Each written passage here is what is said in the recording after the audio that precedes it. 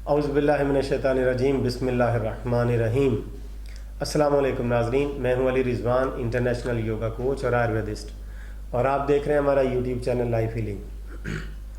नाज़रीन, भगंदर एक बड़ी ख़तरनाक बीमारी है, जानलेवा तो नहीं है लेकिन बहुत तकलीफ़ दह बीमारी है। ये भगंदर है क्या? असल में जो मकद है, जो मकाम पखाना है, उसके जो उसके किनारे हैं, उसके ऊपर ये छोटा सा कोई दाना बन के फट जाता है और फिर उसके बाद वो ज़ख़म वहाँ पर रहता है। इसी को भगंदर कहते हैं।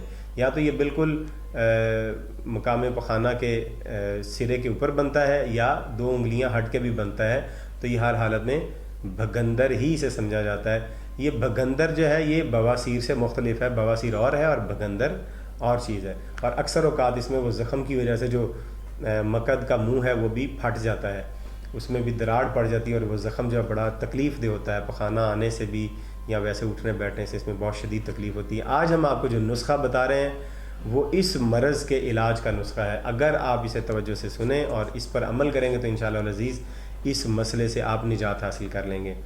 इसमें 2 नुस्खे मैं आपको बता रहा हूँ कि अगर इब्तदाई तौर पर भगंदर हो जाए तो क्या करना है, और अगर ज़ख़म हो जाए, भगंदर का पुराना ज़ख़म हो गया, तो वो आपने क्या करना है। दोनों सूरतों में आपका इलाज। पहला है इब्तदाई, अगर भगंदर अभी शुरू ही हुआ है, अभी दाना उसका बना ही है, फटा नहीं है, तो क्या करना है। उसमें आपको जो अज्जा चाहिए वो सौंठ, ग्लो, एटसेट और बरगद के पत्ते, और एक आपको ईंट चाहिए जो काफ़ी देर तक पानी में पड़ी हुई हो।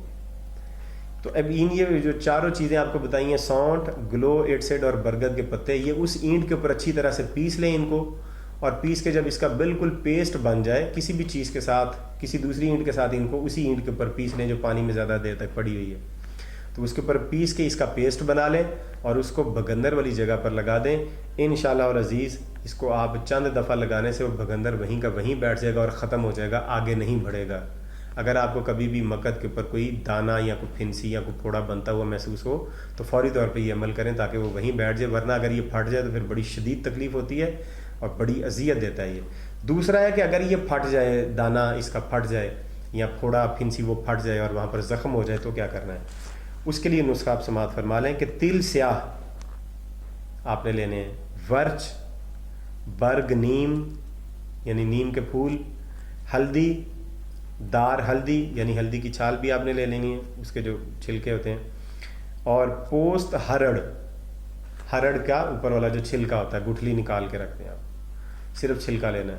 ये जुमला अदविया को बराबर वज़न में पानी के साथ पीसना है आपने। इनका तमाम जितनी भी दवाइयाँ, इनका वज़न आप बराबर वज़न ले लें और इसको पानी में अच्छी तरह से कूट के पीस के इसका पेस्ट बना लें और इस पेस्ट को उस ज़ख़म के ऊपर लगाते रहें जब तक वो ठीक ना हो जाए। इंशाअल्लाह और अज़ीज़ आप इसके ऊपर 4, 5, 7, 8 दफ़ा जितनी दफ़ा भी लगाने की ज़रूरत हो आप लगाएं ज़ख़म के हिसाब से।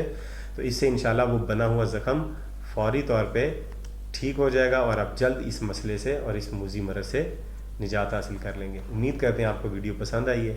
इसे लाइक कीजिए, शेयर कीजिए और चैनल को सब्सक्राइब कीजिए और अगली वीडियो तक हमें इजाज़त दीजिए। खुदा हाफ़िज़।